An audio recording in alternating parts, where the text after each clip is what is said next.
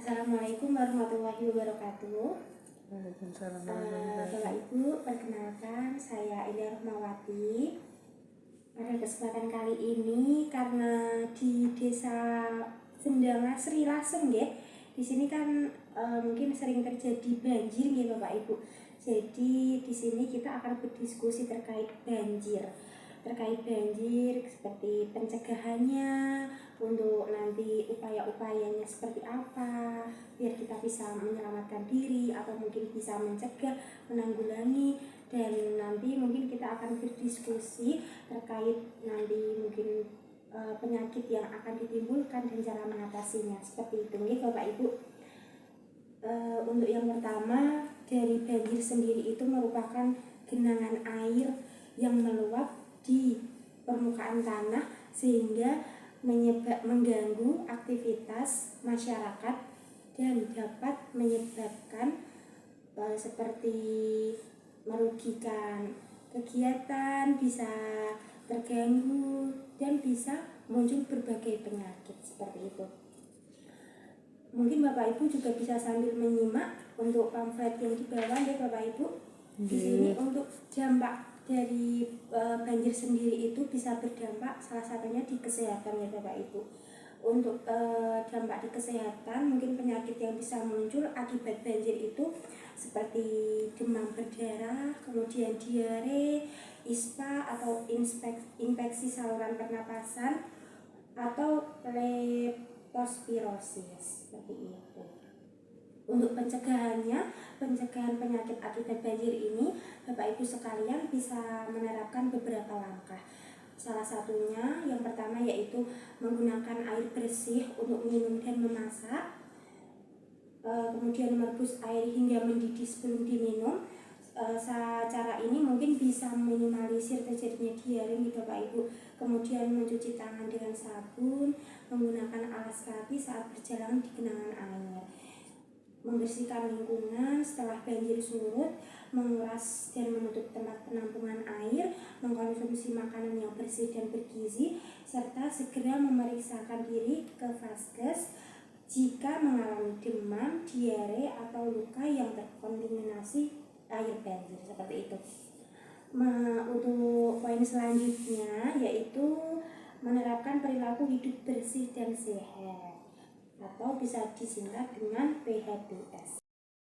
Untuk pembahasan selanjutnya yaitu mengenai penerapan perilaku hidup bersih dan sehat, atau biasa disingkat dengan PHBS. Nah, salah satu langkah yang bisa dilakukan yang pertama yaitu cuci tangan pakai sabun. Untuk cuci tangan sendiri ini ada 6 langkah nih Bapak Ibu. Nanti kita mungkin bisa belajar bersama-sama ya. Yang kedua yaitu gunakan air bersih, gunakan jamban sehat, kelola sampah dengan benar, kemudian konsumsi makanan yang matang. Untuk kelola sampah dengan benar ini mungkin juga bisa masuk di pencegahan banjir ya Bapak Ibu. Dengan kita menjaga mengelola sampah dengan benar, mungkin nanti kalau ada air hujan, air itu tidak mengenang terlalu banyak sehingga tidak menyebabkan banjir seperti itu. Untuk yang keenam yaitu proteksi diri dari genangan. Nah, untuk proteksi diri dari genangan ini mungkin juga bisa menjaga kita agar terhindar dari penyakit kulit ketika terjadi banjir nih Bapak Ibu. Soalnya air genangan itu kan biasanya kotor nih Bapak Ibu. Jadi kalau misal terkena oleh kulit mungkin bisa menyebabkan gatal-gatal, iritasi dan sebagainya. Kemudian yang terakhir yaitu waspada nyamuk. Untuk waspada nyamuk ini biasanya kan juga sering terjadi kayak demam berdarah, karena kalau banjir itu kan banyak genangan-genangan air seperti itu. Untuk selanjutnya kita bisa belajar terkait upaya penyelamatan diri ketika terjadi banjir. Apa saja sih yang bisa kita lakukan dalam upaya penyelamatan diri ketika banjir?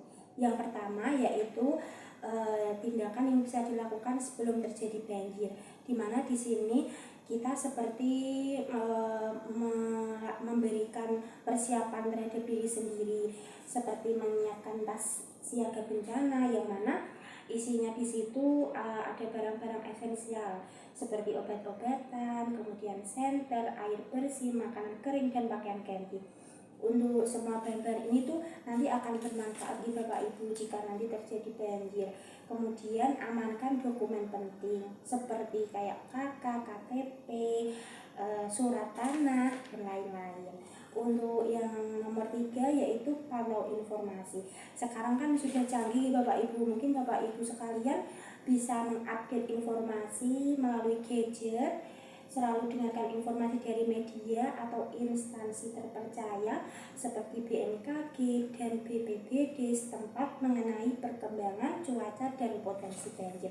Dengan begitu, Bapak Ibu bisa antisipasi, bisa mengetahui informasi terkait banjir.